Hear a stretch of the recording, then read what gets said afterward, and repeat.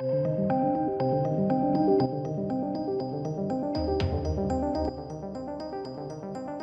welcome to the channel, ladies and gentlemen. Have we got some good news for you? And I actually do think this is very, very good news. So Ryan Gosling is basically going to be the Wolfman. Yeah, sounds crazy, right? And this is going to be chalk and cheese. Ryan Gosling is a chalk and cheese actor. Some people love his Marmite. You either love him or you hate him. But I also think the people that may hate him may be swayed by the fact that Universal is ramping up the Universal Monster Universe Dark Universe. A lot of universes, apologies. So hopefully a lot of people can see the potential behind this, because I personally think this can be fantastic. I think it's got the right ingredients anyway. And it also really does go to show the commitment and the lengths that Universal are now going to. Very small, slow, steady build up rather than, what was it, 2 years ago, 2017? It was 2017, 3 years ago now, when The Mummy was revealed and they just plastered the Dark Universe along the front and everyone was just like, are you like full-blown sprinting before you can walk right now? And what happened? Well, they snapped their legs and they didn't walk for some time. We didn't see it until we got The Invisible Man out this year now, I think. Was it this year? Probably this year. This year's been a big blur. So we're going to get into this article. This is on Variety. They broke the news. It's their exclusive. So we're going to take a look at this. And also, just prior to that, I just want to say, hey guys, look, I am making my own movie. I know I keep banging on about it. And I know it is, it's repetitive. But we do keep getting new subscribers, so there's a lot of people that this will be the first time they hear about it. So sorry about that, but I am making a movie. It's a high concept horror fantasy film. If you like my take on horror, and you like my take on films and my critique of cinematography, then hopefully you'll want to invest in an indie project. So it's called Blackfields. I've got the GoFundMe link down below. If you donate $5 or more in any currency, you're in for a chance of winning a movie prop for the film, basically made for you as a one-of-one piece. So check it out, you might like it, and there's also a Teespring store specific to Blackfield. But let's dive into it. Again, I'm sorry, this will be the first time a lot of people have heard about it, so forgive me. But basically, Variety, they come in with all these scoops, and I've got to say, I am loving the fact that we're getting stuff now. Like, it's been weeks of nothing because, of course, no one knew what was happening. The industry had all but shut down. There was nothing going on. Now, finally, huzzah! We finally get news on things, and it's so refreshing. It seems to be that everything that they've been it's been lurking in the wings. They've gone, right, sod it. Let's get the discussions underway. Let's talk about it. Let's see what we can get moving for relatively low budget. Because, of course, this will be the landscape post-COVID for relatively low budget. Let's get things moving now. Just so when we can open up, we've got things lined up, ready to go. Because I was having a discussion earlier with a friend of mine, Paul Gerard, friend of the channel, concept artist, did these paintings behind me.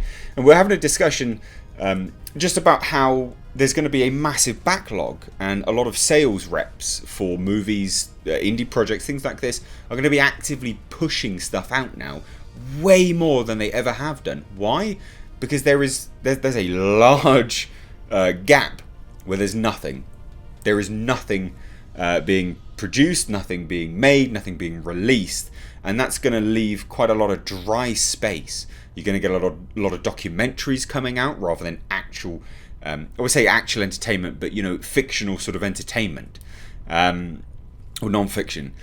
So it is interesting. But anyway, I digress. But I thought you guys would kind of find that interesting, because it's not a lot of people have considered this. This massive gap is going to have repercussions in and unto itself. But anyway, Variety have come storming in with the epic news of Ryan Gosling basically going to be Wolfman. So months after Universal successfully relaunched its Monsters universe, and I would say it was a successful launch. this was with Invisible Man. It was made for $7 million, and off the top of my head, it's like well over 100 million now. So despite any money that they may have spent at the Super Bowl, they have more than made it back, right? They've made some good money off this film. And I was tagged in something, an image on Twitter, saying that it was on like sale, on discount, on home movies. That doesn't mean that it's bad. It being released and then on discount just means that, well, there's two-pronged. It could be bad, but it's not, because we know the numbers, and it was made for such little money. We know it's made money back now. But it's just the fact that, you know, we're at home. Just get people to watch it. Why not? Who cares? They've made some money now, so it doesn't matter. And it was a successful launch. Some people didn't like The Invisible Man. I'd highly recommend it. I've reviewed it here on the channel.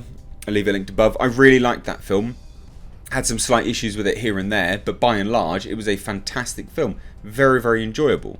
Now, obviously, the studio is pushing ahead now more and more. We even heard James Wan was working on a project with Blumhouse as well. Blumhouse is working on a few bits and pieces, and now we hear this. So we've got The Wolfman, which is being developed as a starring vehicle for Ryan Gosling. Now, obviously, that's him. He's going to be the Wolfman, and that's going to be the next movie based on its catalogue of iconic creatures. So the universal monsters, the age-old monsters. Now, sources tell Variety that executives at Universal have been meeting with directors over the past month and could be making a decision soon on who will take the reins behind the camera. So again, like I say, nothing in production.